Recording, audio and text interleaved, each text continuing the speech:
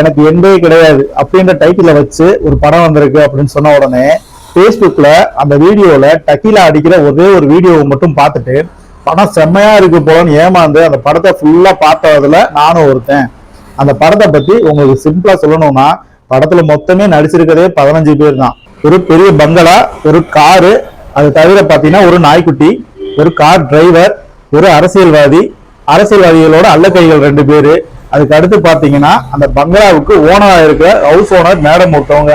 இந்த மேடமை வச்சுதான் படமே ஓடுது. இந்த மேடம் கண்டு தான் படத்தையே பாக்குற மாதிரி இருந்தது. இவர் தான் இந்த கார் டிரைவரு. இந்த கார் டிரைவரு டிராப் பண்ண போன இடத்துல அந்த மேடமோட சேர்ந்து டகிலா அடிக்கிறாரு. டகிலா அடிச்சதுக்கு அப்புறம் தான் இந்த வீட்டுக்குள்ள புருஷனை கொலை பண்ணி அந்த அம்மா வச்சிருக்குது. சரி, கொலை பண்ணி வச்சிருக்கே, தப்பிச்சு வெளியில போகான்னு பார்த்தா இந்த அம்மாவும் செத்து போயிருது. இந்த அம்மா செத்து போனதுக்கு அப்புறம் பாத்தீங்கன்னா அந்த அரசியல்வாதி பணம் கொண்டு வராரு. இந்த அம்மாவுக்காண்டி தான் கொண்டு வராரு. அப்புறம் அந்த அம்மா எதுக்கு செத்துச்சுன்னு தெரியல. அந்த பணத்தை கொண்டு வந்து உள்ள மாட்டிக்கிறாங்க. என்னன்னு கேட்டீங்கன்னா அந்த வீடு ஃபுல்லா செக்யூரிட்டி சிஸ்டத்துல லாக் பண்ணிருக்காங்க. ஸோ ஆடியோ வாய்ஸ்ல ஒர்க் ஆகும், இல்லைன்னா பாஸ்வேர்ட்ல ஒர்க் ஆகும். ரெண்டுமே லாக் ஆனனால வீட்டுல இருந்து வெளில போக முடியல.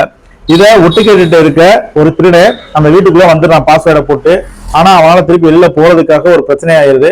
குடிபோதையில வந்த அரசியல்வாதி பாஸ்வேர்டை தப்பா போட்டதுல 3 பேருமே வீட்டுக்குள்ள மாட்டிக்கிறாங்க. உள்ள ஒரு பணம் பத்தாவதுக்கு இந்த அம்மாவும் இறந்து போகுது. ஸோ 2 பணத்தை வச்சுக்கிட்டு இவங்க 3 பேரும் வெளில வர்றதுக்காக ட்ரை பண்ணி பாக்குறாங்க. ட்ரை பண்ணி பார்க்கும்போது 4வதா இருந்த அவங்க வீட்டுக்காரோட பணம் எந்திரிச்சிருது. அது பணம் இல்ல, அடிபட்டதுல அன்கான்சியஸா இருந்தவர் எந்திரிச்சு வந்து துப்பாக்கி எடுத்துட்டு வந்துடுறாரு. துப்பாக்கியில ஷூட் பண்ணி திருட வந்த பையன் இறந்துடுறான்.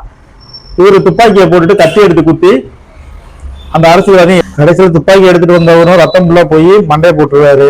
ஸோ ஆல்ரெடி வீட்டுக்குள்ள 4 பணம் ஆயிருது. தப்பிக்கிறது ஒரே ஒரு கார் டிரைவர் மட்டும்தான். கார் டிரைவருக்கு பாஸ்வேர்டு தெரியாது. பாஸ்வேர்டு தெரிஞ்ச அரசியல்வாதியும் இறந்துட்டா, அப்படி திருட வந்த திருடனையும் இறந்துட்டான்.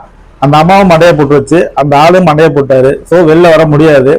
அந்த டைமிங்குள்ள நம்ம கார் டிரைவர் ஒரு மிகப்பெரிய வேலையை பார்க்கிறாரு. எப்படி மாட்டிக்கிட்டோம், முடிஞ்ச அளவுக்கு சுருட்டுவோம் சொல்லிட்டு அங்க இருந்த பணத்தை, அதாவது அந்த அரசியல்வாதி கொண்டு வந்த பணத்துல பாதி பணத்துக்கு மேல எடுத்து ஒரு மைக்ரோ ஓவன்ல ஒழிச்சு வச்சிருக்காரு.